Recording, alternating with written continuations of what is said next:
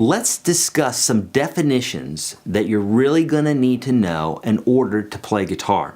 Okay, so we're not going to pick up the guitar and play just yet because there's a few things that we just really need to know. I've got my notes here, so you'll probably see me glancing down. I'm going to be scanning the same document that you're going to be looking at that's attached to this video. But really important that we get these definitions down, okay? So the distance between one fret and the next, okay, is called a half step. Okay, from here to here, it's called a half step. So if we're moving from 1 to 2, that's a half step distance. Okay, basically a half step distance is the smallest movement that you can make on the guitar from one to the next fret. Okay, if we're moving 2 frets, that's called a whole step. So 2 halves make a whole, right? So 1, 2, 1, 2. So 2 half steps make a whole. So that distance there is a whole step. Okay? And we're going to be using these a lot later, so I do want you to remember it. And then obviously after this video, I want you to make sure that you go through all those definitions and make sure that you know them well. Okay? A sharp is when we raise a note. Okay? We can use this as a noun or an adjective or a verb. There's many different ways that you can use this. So we won't go over all of those, but in a nutshell, a sharp is when we raise something, okay? When we raise a note up in pitch. So let's say we're going a half step up. Okay, I'm sharpening that note, okay? So we can use the word sharp in many different ways. Same thing with the word flat, and flat is when we move a note down. You can think about it like pressing a balloon down. That's how to know the difference between the two. Sharp is when we go up, and flattens when we go down. So if we're lowering a note from, let's say, this note here, down, okay, I'm flattening that note, okay? Really important that we know that.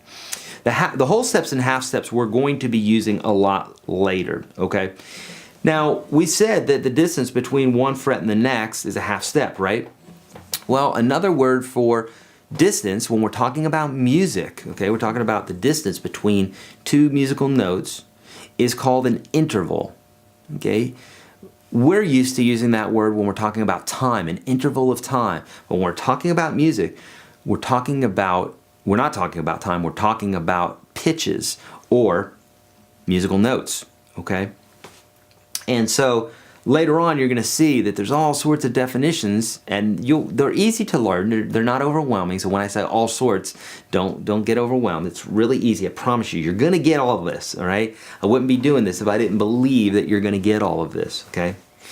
Just one step at a time.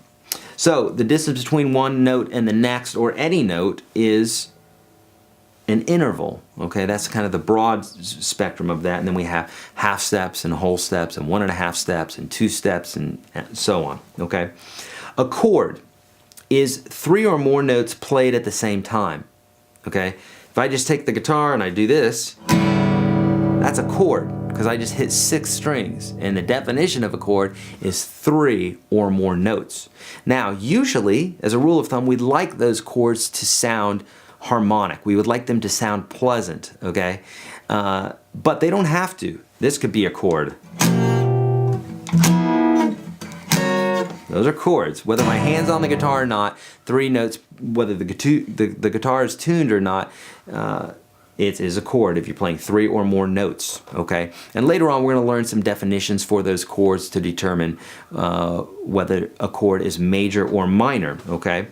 Now, an arpeggio is when we take a chord, any chord, and here's a chord, that's a C chord to be exact, and an arpeggio is when we take that chord and we break it up. And it doesn't matter what order we do this in. You know, we can do this in any order. We could finger pick it.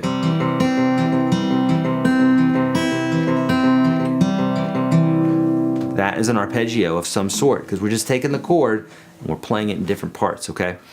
Again, major and minor, so we talked about this earlier. Basically, you're going to see a definition there that you're not quite going to get yet because we're talking about the major scale and we're talking about intervals. We're talking about a first and a third and a fifth. It's not going to make too much sense to you right now.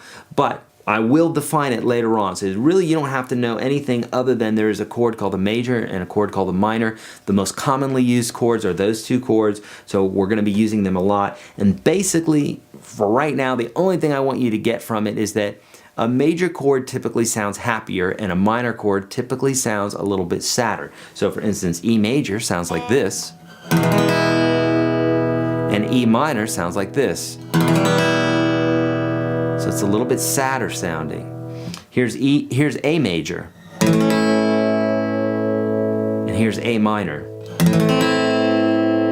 So it sounds a little sadder, okay? And that reason is that there's a note in there that's getting smaller, or an interval distance that's getting smaller. It's going from a major interval to a minor interval, and that's why we call the chord major or minor.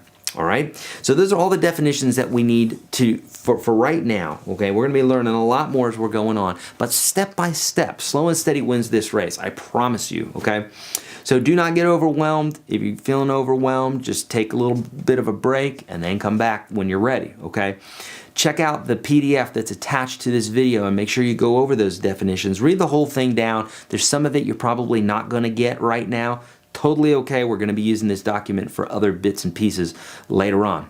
Let's keep going.